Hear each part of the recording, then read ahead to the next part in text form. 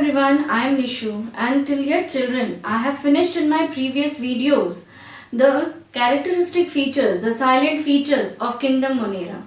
And today I am going to start the types of Monera.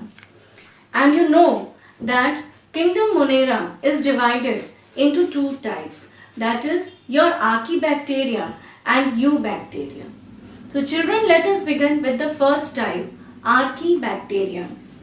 Now children, here the term has been made by two words, that is your archae and then your bacteria.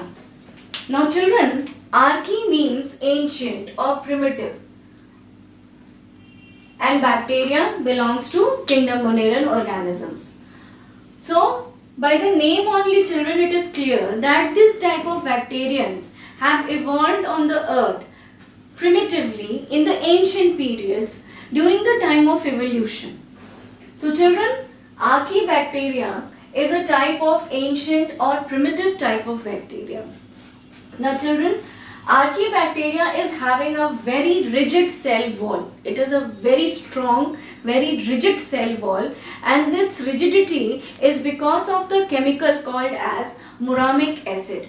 So children, the cell of the Archaebacteria are made up of muramic acid, and hence the cell wall is very rigid, very strong.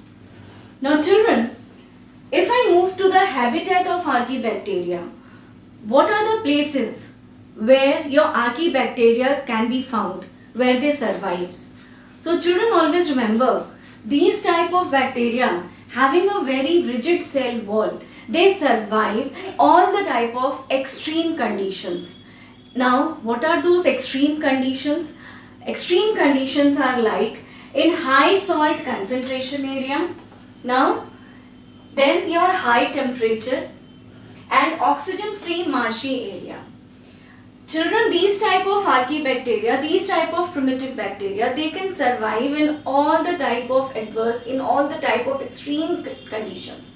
Now when you can see in high salt concentration, it means that where the salinity is maximum, at that place also this type of bacteria can survive. Now where the temperature is very high, and children, even in the marshy areas where your oxygen is not present, so in absence of oxygen in those areas also, these type of Archaebacteria can survive very nicely. Now children, what is the reason behind that they can survive very nicely in these type of extreme conditions? And the reason is only one, that these type of bacteria is having the outer wall, cell wall, which is very rigid, which is very tough and very strong. And why it is strong? Because it is made up of muramic acid. So children, because of this reason, the Archaebacteria can survive in all the type of extreme conditions. Now children, let us discuss all these three conditions separately. So children, here on the boards, all the three types of Archaebacteria has been mentioned.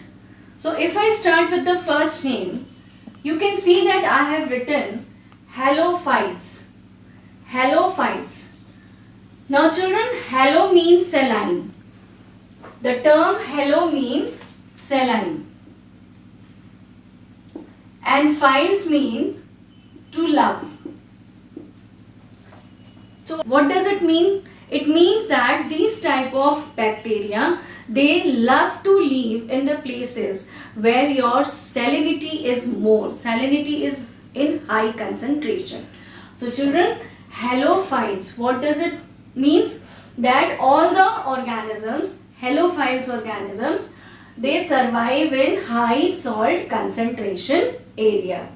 Now children, what are the bacteria? Examples here. Examples are Halobacterium, Deulenilla, Selena. These are the examples for the halophytes. Now children, if I move to the second type, it is thermophytes. Thermo.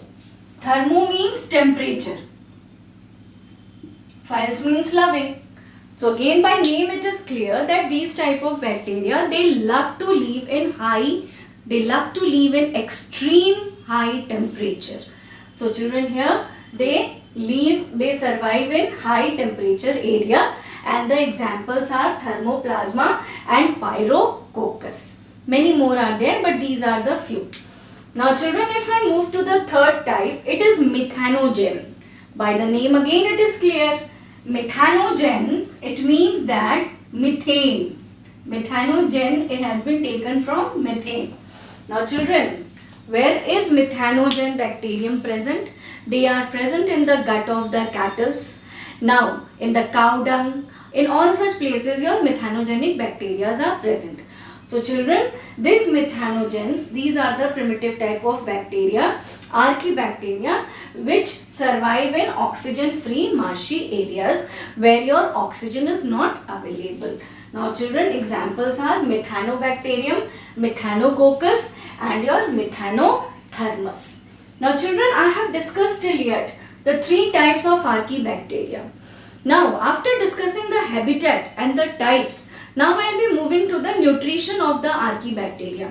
But children, I am not going to discuss again in detail because much I have discussed while mentioning the characteristic features of kingdom Monera. So children, let us move to the nutrition in archaebacteria.